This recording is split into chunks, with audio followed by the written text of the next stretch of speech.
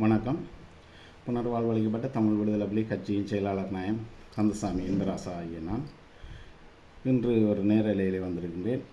இன்று நேரலைக்கு வந்த நோக்கம் இன்றைய தேதி 27/2/2025. நேரலைக்கு வந்த நோக்கம் என்னவென்றால், உண்மையிலே இப்போ தற்போது எமது நாட்டிலே பேசும் பொருளாக போய்கொண்டிருக்கின்ற விடயங்கள் சம்பந்தமாக விடயம், மற்றது வருகின்ற உள்ராஜ் மன்ற தேர்தல், எங்களோட தமிழ் மக்கள் சிந்தித்து செயல்பட வேண்டிய விடயத்தையும் நாங்கள் இதில் ஒரு சில விடயத்தை நான் சுட்டிக்காட்டி சொல்ல வேண்டிய தேவை இருக்குது. அந்த வகையிலே உண்மையில் இப்போ அண்மையில்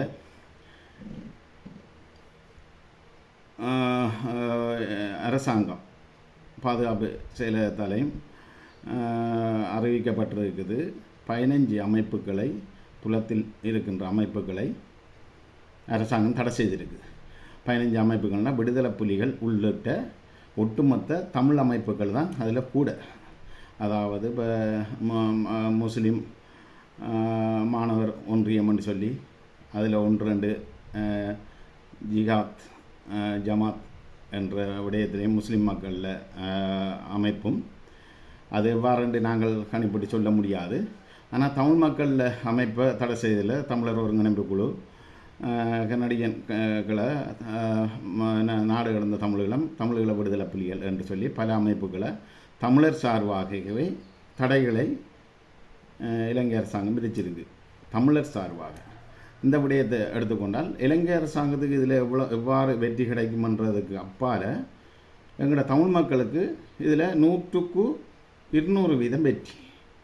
என்ன காரணம்னா, இதுக்கு முதல் இருந்த கடந்த அரசாங்கங்கள், யுத்தத்தை நிறைவுக்கு கொண்டு வந்த அரசாங்கங்கள், மஹிந்த ராஜபக்சவாக இருக்கலாம், அல்லது கோட்டபாய ராஜபக்சவாக இருக்கலாம், அல்லது ரணில் விக்ரமசிங்கயாக இருக்கலாம், அவர்கள் எல்லாரும் நல்ல தந்திரவாயமாக மூளையை பயன்படுத்தி நல்ல சாணக்கியமாக செயல்பட்டார்கள். என்ன காரணம்னா, அவர்களுக்கு தெரியும் யுத்தம் முடிஞ்சு, இனிமேலும் தமிழ் மக்கள் மீது அடக்குமுறையை நாங்கள் விதிப்பமாக இருந்தால் தமிழருக்கு தனி நாடு பிரித்து கொடுக்கறதுல உறுதிப்படுத்தப்பட்ட சம்பவமாக போயிடும். தமிழருக்கு தனி நாடு பிரித்து கொடுக்கறதே உறுதியான விடயமாக சர்வதேசத்துக்கு எடுத்து காட்டப்பட்டுரும். ஸ்ரீலங்காவில் நாங்கள் தமிழருக்கு அடக்குமுறையை விதித்தார் என்றது சாணக்கியமாக இப்போ இருக்கிற அனுரகுமார திசாநாயக்காவுக்கு முதல் இருந்த ஆட்சியாளர்கள் ரணில் விக்ரமசிங்க, கோட்டபாயா, மஹிந்த ராஜபக்ச அவர்கள். அந்த வகையில் அவர்கள் என்ன செய்கிறார்கள், யுத்தத்தை முடித்த உடனே வெளிநாட்டு தடையெல்லாம் எடுத்து விட்டார்கள். ஆரும் வரலாம், ஆரும் போகலாம், வெளிநாட்டிலேருந்து ஆரும் வரலாம் போகலாம். இங்கே வெளிநாட்டு புலம்பெயர்ந்த மக்கள் வந்து முதலீடு செய்யலாம், தொழில் வாய்ப்பை கொடுக்கலாம். வெளிநாட்டு நிதி முழுக்க இங்கே வந்தால் எங்கிற நாடு தான் அபிவிருத்தி அடையும் என்றதையும் கடந்த கால அரசாங்கம் சிந்திச்சிருந்தது. அவங்க உண்மையிலே ஒரு என்ன சொல்கிற நல்ல சாணக்கியமாக தூர நோக்கத்தோடு சிந்தித்தார்கள். அதுபடி புலம்பெயர்ந்த சமூகம் எந்த பயம் அச்சங்கிச்சம் இல்லாமல் ஏர்போர்ட்டால் வந்து தாங்கள் வீடு வாங்குகிற, காணி வாங்குகிற, இங்கேருந்து தொழில் செய்கிற, விவசாயம் செய்கிற, தாங்கள் என்னமாய் உல்லாசமாக திரியணுமோ, நம்ம 15, 20 வருஷம் 30 வருஷம் போராட்டத்திலையும் வரையில்லாத ஆக்கள்லாம் வந்து போனாங்க. கடந்த அரசாங்கம் இருக்குது. இது வந்து போனதால் எந்த விதமான ஒரு பிரச்சனையும் இல்லை. நாடு தான் உயர்த்தி அடைஞ்சிது. புலம்பெயர்ந்த மக்கள் வந்து இங்கே தங்களோட காணி வாங்குறதோ, வீடு வாங்குறதோ, 5 பேருக்கு வேலை கொடுக்குறதோ, வேலை வாய்ப்பு கொடுக்குறதோ, ஒரு பிஸ்னஸை தொடங்கினா இங்கே உள்ள நாடு தான் அபிவிருத்தி அடையுது. ஏன்னா அங்கே உள்ள டொலரை கொண்டு இங்கே தான் மாற்றி அதை செய்கிறாங்க. ஆனால் இதை விளங்கி கொள்ளாத இப்போ இருக்கிற தேசிய அரசாங்கம், அனுரகுமார திசாநாயக்க அவர்களுக்கு இதை கூட அந்த சிந்தித்து செயல்படக்கூட முடியாத அளவில் அவர் இப்போ செயல்பட்டு கொண்டு தான் புலம்பெயர்ந்த மக்கள் அங்கேருந்து வார அமைப்புகளையும் தடை செய்து 200க்கும் மேற்பட்ட பேர் பட்டியல், தடை செய்யப்பட்ட பேர் பட்டியலையும் வாய்ச்சிருக்கின்றார். அப்போ அந்த பேர் பட்டியலில் கனவேர், அந்த பேர் பட்டியலை வச்சுக்கொண்டு 200 ஆயிரத்துக்கணக்கான பேர் அந்த பேரில் தாங்கள் இனி வரையலான்னு சொல்லி வெளிநாட்டிலே இருந்து அவங்களுக்கு இன்றைக்கு அந்த நாடு அடைக்கலம் கொடுக்குற நிலைமைக்கு வந்திருக்கு. இது வெற்றி. இப்போ இந்த அரசாங்கத்தில் அறிவிப்பு இந்த தடை செய்யப்பட்டது 100% வெற்றி. எவ்வாறுனா, தமிழருக்கு இன்னும் அடக்குமுறை இருக்குது இந்த நாட்டில்ன்றதை இந்த இலங்கை அரசாங்கமே இப்போ இருக்கிற ஆட்சியாளர் காட்டிட்டான். அப்போ தமிழர் நிம்மதியாக அந்த நாட்டில் வாழையலான்றதையும் காட்டியிருக்காங்க. தமிழருக்குன்னு சொல்லி ஒரு இனப்பிரச்சனை இருக்குன்றதை உறுதிப்படுத்தியிருக்காங்க. தமிழீழ விடுதலை புலிகள் அதானே முடிஞ்சு. தமிழோட புலிகள் வெளிநாட்டில் இருக்குன்னா வெளிநாட்டில் இருந்தும் அவங்கள என்ன ஆயுத கலாச்சார ரீதியாக செயல்படையில தானே. அதேமாதிரி தமிழர்களை விடுதலை புலிகள் இங்கே புனர்வாழ்வு அளிக்கப்பட்டு நாங்கள் 12,000 இருந்து ஆயுத கலாச்சாரம் இல்லை தானே. ஆயுத கலாச்சாரம் இராணுவத்துக்குள்ளேயும் பொலிசாருக்குள்ளேயும் தானே இருக்குது. இந்த நாட்டில் ஆயுத கலாச்சாரம் வெளியில் வெடியும் கடத்துறதும் சுடுறதும் கப்பம் படுறதும் எல்லாம் இராணுவத்துக்குள்ளேயும் பொலிசாருக்குள்ளேயும் தான் நடந்து கொண்டு இருக்குது. அதுக்காக எல்லாரையும் சொல்லலை இராணுவம் பொலிசன்று, ஒரு சிலர் இராணுவத்திலேருந்து ஓடினவர்களும் ஒரு சில பொலிசார் லஞ்சத்துக்காக துணை போகிறவர்களையும் தான் சொல்கிறாங்க. அதுக்காக எல்லாரையும் சொல்லலை. உண்மையிலே நாட்டை நேசித்தவங்க உண்மையானவங்கள் இதே சுத்தியோட வேலை செய்கிற இராணுவம் பொலிசும் இருக்குது. ஆனால் இந்த விஷயம் அதே டைமில் வெளிநாட்டில் உண்மையிலே வெளிநாட்டில் இருந்து இப்போ தடை செய்யப்பட்ட அமைப்புகள் என்று சொல்லக்க அரசாங்கம் விடுதலை புலிகளை மையப்படுத்தி தான் முழு அமைப்புகளையும் தடை செய்யுது. பயம், ஏன்னா பொருளாதார ரீதியாக வளர்ந்துருவாங்க அவங்க அபிவிருத்தி அதுன்னு சொல்லி எல்லாம் செய்ய மீளையும் தமிழ் மக்கள் மத்தியில் ஒரு பலத்தை உருவாக்கிடுவாங்கன்ற ஒரு அரசாங்கத்துக்கு ஒரு பயம். ஆனால் அவ்வாறு இல்லை. இந்த 15 வருஷம் நடைபெறாத ஒரு பலம் இனிமேல் நடைபெறாது. அபிவிருத்தி ரீதியாக பலமடையும்ன்றதை நாங்கள் இதில் சொல்லிக்கொண்டு, உண்மையிலேயே நான் சொல்ல வந்த விஷயம் என்னென்னா, இந்த தடை செய்யப்பட்டதால் 15 அமைப்புகள் புலத்தில் இருக்கிற வெளிநாட்டில் இயங்குகின்ற அமைப்புகளை தடை செய்ததால் தமிழ் மக்களுக்கு பாரிய வெற்றி என்னென்னா, ஒவ்வொரு நாட்டிலேயும் அடைக்கலம் கொடுக்குறான். ஸ்ரீலங்காவுக்கு போயிடலான்னா அந்த நாட்டில் அடைக்கலம் கொடுக்குறான். இவ்வளோ நாள் ஒழிச்சு மறைஞ்சி இருந்த ஆக்களுக்கெல்லாம் இப்போ வெளியில் வந்திருக்கான். நல்ல ஒரு வேலையை செய்திருக்கு அரசாங்கம். அதுவும் விடுதலை புலிகள் சார்ந்த ஒரு பேரை பாவித்தாலே வெளிநாட்டில் அடைக்கலம் கொடுத்துருவான். என்ன காரணம் என்றால், இந்த விடுதலை புலிகள் சம்பந்தமான ஆக்கள் சாப்பாடு கொடுத்தாக்கள் உதவி செய்தாக்கள் அவங்க ஒருவரும் போயிடாது இந்த நாட்டுக்கு. அப்போ இது பெரிய அரசாங்கம் விளங்கி கொள்ளாமல் செய்த இதுவும். மற்ற என்ன பிரச்சனை, யுத்தம் முடிஞ்சதுக்கு அப்புறம் இன்னும் இப்போ எங்கட புலம்பெயர்ந்த மக்கள் இப்போ கடந்த அரசாங்கம் இருக்க போனோமா இனி வரமாட்டாங்க. பயம் இந்த நாட்டில் ஏர்போர்ட்டில் இறங்கினா பயம், பிடிச்சிருவாங்க என்ற ஒரு பயம். அப்போ இந்த நாட்டில் இன்னும் தமிழருக்கு ஒரு பேரியத்தான் கொடுத்துருக்கு. அப்போ புலம்பெயர்ந்த மக்கள் இனி உல்லாசமாக போயிடாது இந்த நாட்டில். அதையும் நான் சொல்லிக்கொண்டு, உண்மையில் இப்போ தற்போது நடைபெற்று கொண்டிருக்கிற விடயம் எல்லா இடமும் அச்ச நிலைமை. இன்றைக்கு இப்போ அங்கேயும் இங்கேயும் சூட்டு சம்பவங்கள் நடக்கிற காரணத்தினால இப்போ புதிய அரசாங்கம் பாதுகாப்பை குறைச்சதுனால சூட்டு சம்பவம் நடக்குதுன்னு சொல்லி பலர் கத்தி கொண்டிருக்கின்றார்கள். முக்கியமாக பார்லமெண்டத்திலையும் நம்மட அர்ஜுனா அவர்கள் கத்தி கொண்டிருக்கின்றார், தனக்கு பாதுகாப்பு வேணுமென்று. உண்மையில் சூட்டு சம்பவம் நடக்குது, அதை வழியாக சிந்திக்கணும். எங்கே நடக்குது, எப்படி நடக்குது, ஆருக்கு சூட்டு சம்பவம் நடக்குதுன்றதை சிந்திக்கணும். இதில் பார்லமெண்ட் உறுப்பினர்களுக்கு நடக்கலை, அரசு உத்தியோகத்தர்களுக்கு நடக்கலை, அரசியல்வாதிமாருக்கு நடக்கலை, அரசாங்கத்தை சேர்ந்த மேல் இராணுவ அதிகாரிமாருக்கு நடக்கலை. இது ஒரு பாதாள கோஷ்டிக்குள்ளே நடக்கிற குடுக்கல் வாங்கல் பிரச்சனை, போதை வஸ்து கடத்தல், கப்பம் பெறுதல், அந்த தங்கட பழி தீர்த்தல், அவ்வாறான பிரச்சனைகள் தான் நடக்குது. அதுக்காக போயிட்டு இப்போ எனக்கு பாதுகாப்பு வேணும்னு சொல்லி கேட்டால், இன்றைக்கு தமிழ் மக்களில் பிரதிநிதிகளாக போனவர்கள், இன்றைக்கு சுமந்திரனும் இப்படி தான். கடந்த காலத்தில் நல்லாட்சி அரசாங்கம் இருந்த காலத்தில் 16 STF பாதுகாப்போடு இருந்தவர் என்றால் அவருக்கு சிங்கள மக்களால் பிரச்சனை இல்லை, தமிழ் மக்களால் ஆபத்து இருக்குன்னு தான் அந்த STF பாதுகாப்பு எடுத்தவர். அதே போன்று இன்றைக்கு தமிழ் மக்கள் மத்தியில் போய் வாரத்துக்கு பாதுகாப்பு தேவைண்டா, அப்போ அவங்களோட மனசில் ஏதோ கள்ளம் செய்கிறாங்கன்ற அர்த்தம். தமிழ் மக்கள் மத்தியில் போய் வாரத்துக்கு பாதுகாப்பு தேவைண்டா. அர்ஜுனா போன்றவர்களுக்கு உனக்கு என்ன பாதுகாப்பை விட உனக்கு 2 படியங்களை வச்சு நீ வேலைக்கு வச்சுருந்தா கூட அது பாதுகாப்பு. பொலிசாரைத்தான் வச்சிருக்கணும், MS 2 பேரை வச்சிருக்கணுமெண்டா அது உனக்கு பாதுகாப்பு இல்லை. இன்றைக்கு பாதுகாவலர் தான் கடந்த காலத்திலேருந்து கப்பம் பெற்றுக்கொண்டு இருக்கிற பாதுகாவலராக தான் ஆபத்தும் இருக்குன்றதை தெரிஞ்சு கொள்ளும். அதனுடைய இப்போ தனக்கு இப்போ 2 பாதுகாப்பு தேவைன்றாண்டா அவர் ஏதோ ஒரு தமிழ் மக்களுக்கு ஆணித்தரமான ஒரு ஆழமான துரோக திட்டத்தில் இறங்க போகிறார் என்ற அர்த்தம் இல்லை, இறங்கி கொண்டும் இருக்கிறார். வெளியில் பேசுவாங்க, இன்றைக்கி அரசு பார்லமெண்டத்தில் பலவிதமாக பேசுவாங்க, ஆனால் உள்ளால் ராஜதந்திரமான வேலை திட்டம் நடந்து கொண்டாங்க. அதுக்கு இன்றைக்கு நேற்றில் 48ஆம் ஆண்டிலேருந்து 1948 இன்றைக்கு வரைக்கும் அரசியல்வாதி மாதிரி செய்கிற வேலை தான். எல்லாரும் அரசியலுக்கு போகும்போது நான் அரசியல் இல்லை மக்களுக்காக தான் போகணுன்றது போய் முடிய தங்களோட அரசியல் விளையாட்டை காட்டுறது. அதுக்கு தான் நாங்கள் புலிகள்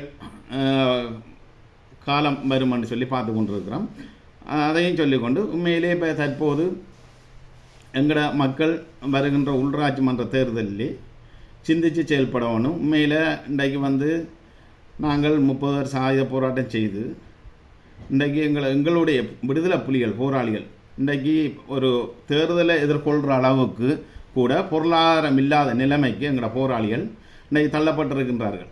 அந்த நேரம் போராளிகள் ஒரு காவல் தெய்வமாக இருந்தவர்கள். உங்களுக்கு போராளிகளை மிஞ்சித்தான் எங்களோட தமிழ் மகனை பிடிக்கிறண்டாலோ அவன் கொலை செய்கிறண்டாலோ இராணுவம் ஒரு பெண்ணை பிடிச்சி கற்பழிக்கிறனாலும் எங்களோட போராளிகளை கடந்து தான் வரணும். ஓமந்தையாக இருக்கலாம், மன்னாராக இருக்கலாம், ஓமாலையாக இருக்கலாம், மல்லாராக இருக்கலாம், சிலந்தியட்டராக இருக்கலாம். ஆனால் அப்படி உங்களுக்காக காவல் தெய்வங்கள் இன்றைக்கு அனாதரவாக நிற்கிறாங்க போராளிகள் எல்லாரும். ஒரு அரசியலை கூட ஒரு தரம் அரசியலை எதிர்கொண்டால் அடுத்த தரம் அரசியலை எதிர்கொள்ள இல்லாத நிலைமைக்கு நிதி பிரச்சனையில் இருக்கிறாங்க. நிதி தான் முக்கியம். அதுக்காக என்னென்னு சொன்னால் இப்போ போராளிகள், அதாவது தமிழீழ விடுதலை புலிகளிலிருந்து புனர்வாழ்வு பெற்று வந்த போராளிகள் இன்றைக்கி பலவிதமாக நிற்கின்றார்கள். அவங்க சுயேட்சையாக நிற்கின்றார்கள், கட்சி ரீதியிலேயே நிற்கின்றார்கள். எங்களுக்குள்ள 1000 முருகல் நிலை இருந்தாலும் அவர்கள் போராளிகள் ரீதியில் 6வது சுயேட்சையாகவோ இல்லை கட்சி ரீதியாகவோ உள்ளாட்சி மன்ற தேர்தலில் போராளிகள் விடுதலை புலிகள் போராளிகளாக இருந்தவங்க.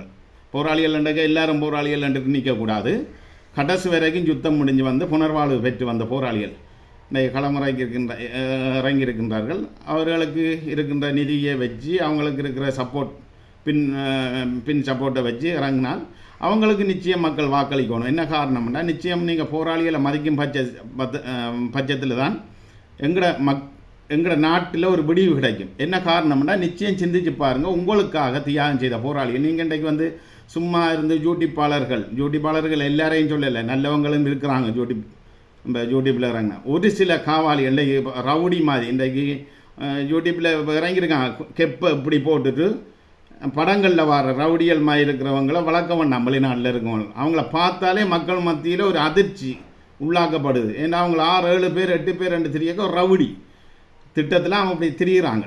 ஒரு போராளிகள் இன்றைக்கு ஒரு பிரச்சாரத்துக்கோ இல்லாட்டி ஒரு உதவி திட்டத்துக்கோ அங்கே போக போராளிகள் போகிறதுக்கும் இன்றைக்கு யூடியூப்பாளர்கள் இன்றைக்கு இப்போ நீங்கள் வெளிநாட்டிலேருந்து காசு கொடுத்து வளர்க்குற யூடியூப்பாளர்கள் போகிறதுக்கு அவ்வளோ வித்தியாசம். போராளிகள் போனால் நிச்சயமாக ஒரு தலைமையர் வெட்டி நீட் பண்ணி அவங்களுக்கு க்ளீன் ஷூட் வரும் பக்கெட் அவங்களோட பக்கெட்டில் காசு இல்லாட்டி நீட்டாக போவாங்க. போராளிகளில் பலப்பாக அப்படித்தான் தேசிய தலைவர் கதைக்கிற பேசுகிற எல்லா மக்கள் மத்தியில் அனுசரிக்கிற எல்லாம். ஆனால் இது லொல்லு விடுறது காவாலித்தனமாக கெப்பை இப்படி போடுறது ரவுடி மாதிரி அப்படியான ஆட்கள் தான் யூடியூப்பாளர்கள். ஒரு சிலராக இந்த வெளியில் கொண்டு வாரீங்களே எல்லாரையும் நம்ம சிங்கக்குடியை போய் தூக்குறது, மக்கள்கிட்ட வெளிநாட்டில் இருக்கிற மக்கள்கிட்ட போய் பணத்தை வாங்குறது, தாங்கள் இப்போ 10 பேர் 12 பேர் பொடியங்களாக சேர்ந்து போய் பாட்டி வைக்கிறேன்னு சொல்லி ஒரு என்ன குளமோ ஒரு காட்டு பிரதேசங்களில் போய் வாகனத்தில் நல்லா சாப்பாடு சமைச்சு அங்கே பியர் சாராயத்தை காட்டுறதில்ல, சாப்பாட்டை மட்டும் காட்டுறது தாங்கள் சமைச்சு சாப்பிட போகணுன்ட்டு போய் சாப்பிட்றது, பந்தாடிக்கிறது எல்லாம் புலம்பெயர்ந்த மக்களில் பணத்தில். ஆனால் ரவுடி திட்டம் ஆக்களை விரட்டுறது அதெல்லாம் புலிகள்கிட்ட வாயாது. இப்படி மக்களை விரட்டுறாங்க. அப்படியான அவங்கள வெளிநாட்டிலேருந்து வளர்க்க வேணாம். நிச்சயம் போராளிகளுக்கு நீங்கள் வாக்களிக்கணும். எங்களோட மக்கள் உள்ளாட்சி மன்ற தேர்தல் வந்தால் அது 6 இருந்தாலும் சரி போராளிகள் என்ற தரப்பில் அவங்க எலெக்ஷனில் இறங்கினால் நிச்சயமாக இன்றைக்கு வலியை நீங்கள் இன்றைக்கு யோசிச்சு பாருங்கள். போராளிகள் பட்ட வலிகளை இன்றைக்கு கடந்த காலம் அரசன் நன்றர்பான் தெய்வன் நின்று கொள்ளுமென்றுவாங்கள். மைந்தா ஆட்சி காலத்தில் எங்களோட போராளிகளுக்கு எங்களோட மக்களுக்கு நடந்த கொடுமை இன்றைக்கி எத்தனை ஆயிரம் போராளிகள் சரணடைஞ்ச போராளியை கூட எங்கேயும் ஒரு நாட்டில் யுத்தம் செய்து சரணடைஞ்சால் அவங்களுக்கு ஒரு பொது மன்னிப்பு இருக்குது. கையோ ஏற்றிட்டு வாரவனுக்கு அடிக்கிறதுல எந்த பிரயோசனமும் இல்லை. அவனுக்கு ஒரு மன்னிப்பு கொடுத்து அவனுங்களுக்கு ஒரு கொஞ்சம் காலம் ஜெயிலில் வச்சு தண்டனையை கொடுத்து இப்போ எங்களை புனர்வாழ்வில் வச்சு விட்ட மாதிரி 12,000 பேரை அதே மாதிரி இங்கே பாருங்க. இந்த போராளிகளையும் விட்டிருந்தால் இன்றைக்கு உயிரோடு இருந்திருப்பார்கள். அப்போ இந்த போராளிகள் என்ன தானா செத்தவங்களா?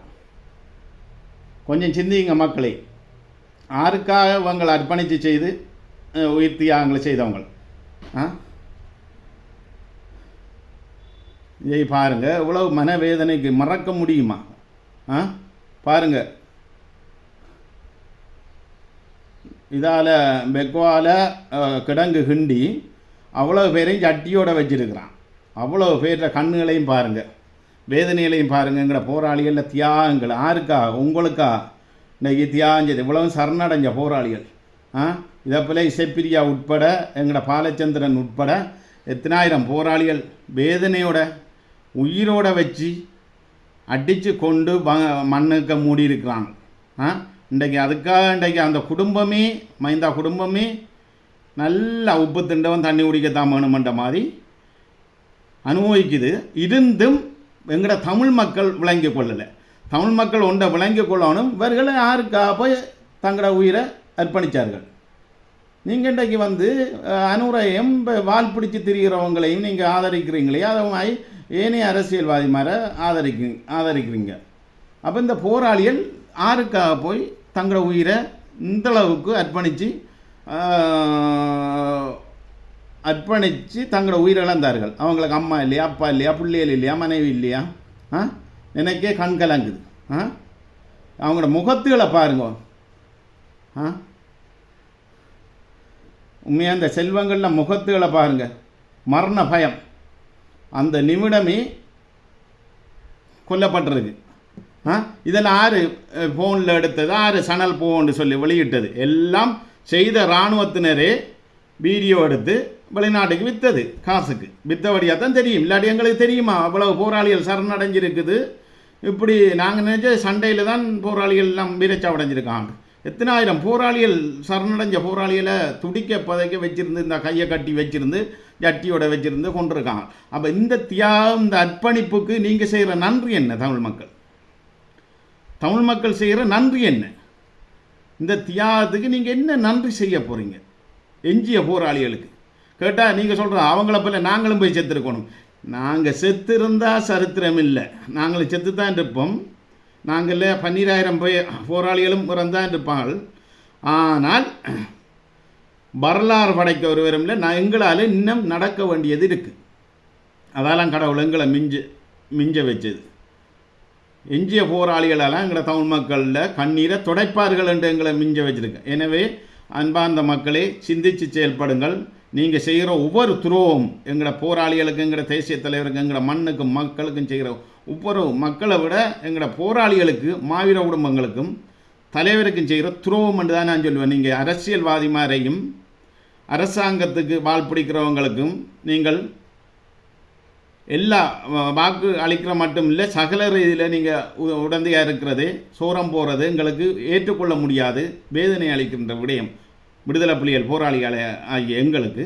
எனவே எதிர்வரும் உள்ராட்சி மன்ற தேர்தல் மட்டும் இல்லை, மாநசபை தேர்தலாக இருக்கலாம், பார்லமெண்ட் தேர்தலாக இருக்கலாம். அந்த தேர்தலில் புலிகள் என்று சொல்லி இறங்கி அவங்க சுயேட்சையாக வரலாம், இல்லை கட்சி ரீதியாக வரலாம். வந்தால் நிச்சயம் அவங்கள வாக்களித்து நீங்கள் உற்சாக வரட்டும். இப்போ இம்பராசாம்பரம் சுயேட்சையாக இறங்கி யார் வந்தாலும் எனக்கு பிரச்சனை இல்லை. புலிகள்ன்றதில் இப்போ ஏனைய இப்போ ஜனநாயக போராளிகள் இருக்கிறாங்க, அவங்களும் 6 ஒரு ஆள் வந்தாலும் எங்களுக்குள்ள ஒரு மனச்சாட்சி, குற்ற உணர்வு ஒன்று இருக்கும். என்னவாக இருந்தாலும் போராளி அவன் போயிட்டான் பார்லமெண்டம் என்ற ஒரு திருப்தி இருக்கும். ஏன்னா ஏனைய நாய்கள் கேடுகட்ட அரசியல்வாதிமார் காலம் பூரா 40-50 வருஷம் அரசியல் செய்து மக்களை ஏமாற்றி போகிறதும், நீங்கள் அரசாங்கத்துக்கு சோரம் போய் வாக்களிக்கிறதையும் விட எங்களோட போராளிகள் 5 வருஷம் 10 வருஷம் உண்மையிலே போராடினோம், இப்படி தியாகங்களை செய்தவங்கள் அவங்க போனால் நாங்கள் ஓரளவு மன திருப்தி அடைவோம். என்னென்றால் நிச்சயம் எங்களோட போராளி போயிருக்கான், நிச்சயம் நாங்களும் போய் எங்களோட விடயத்தை கதைக்கலாம். அரசியலில் நிரந்தர நண்பனும் இல்லை, நிரந்தர எதிரியும் இல்லைன்னு சொல்லிக்கொண்டு, அதே மாதிரி எங்களுக்குள்ள 1000 முறைகள் இருக்கலாம் எங்கடா. அதே மாதிரி நீங்கள் போராளிகளுக்கு நிச்சயம் வாக்களிக்கணும். இல்லையெனில் 6 உங்களோட வாக்கு தமிழனை சேரணும், தமிழனுக்கே வாக்களிங்க 6 மக்களில் விருப்பம் என்று சொல்லிக்கொண்டு உண்மையில் அடுத்த நேரலையிலே சந்திப்போம். நன்றி.